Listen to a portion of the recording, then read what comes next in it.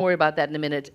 Lena, we look, and Summer had just said there, I think also in terms of so much more needs to be done, but you actually, I think, believe that we need a complete overhaul. We need to transform systems really, rather than, I suppose, look at policies and programs and that. Talk to me a little bit about in terms of, how do we change the situation that I suppose in many ways might have led to pervasive gender inequalities.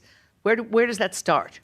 Yeah, so thank you for the question. I think that we have been, with all of these global efforts towards gender equality, policies, interventions, programs, I think we have to start to ask ourselves, with all of these efforts, why is it still going to take another 135 years, according to the World Economic Forum Gender Gap Report, to achieve gender equality? And this is, again, because of the pandemic has worsened. So the year before it was 99 years, but still, I mean, really, who has time to wait an entire century for gender equality? So one sort of perspective or way to think of it is that perhaps while policies and programs and interventions are very important, maybe we have concentrated a disproportionate effort on these programs and not enough on actually transforming the very systems and structures that lead to pervasive gender and any other inequality in the first place.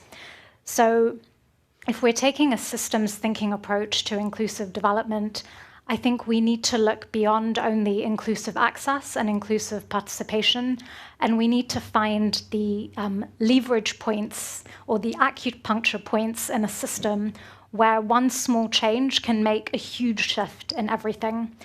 And part of that is really looking at how do we restructure the entire system and rewrite the rules that are currently dictated by the few and therefore overlook the many.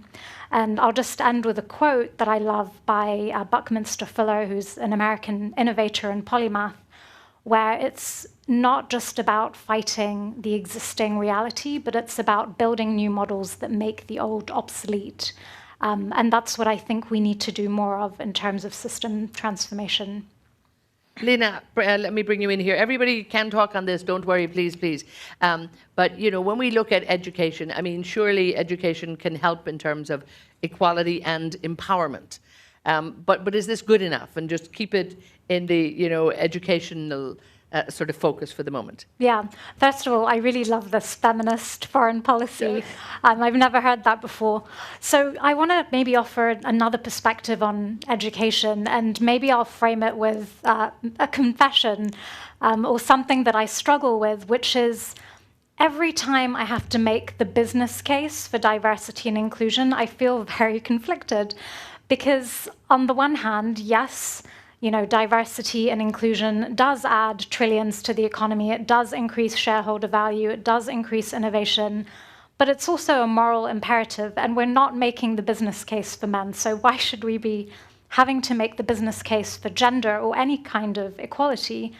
And then it really comes down to this fundamental crisis of values, that any social and environmental issue we have is really a crisis of values. And if we're planting these seeds of a self-serving, what's in it for me kind of justice, is that really sustainable in creating, long-term change?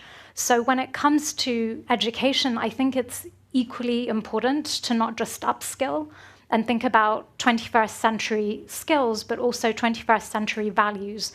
What are the values that we need to cultivate?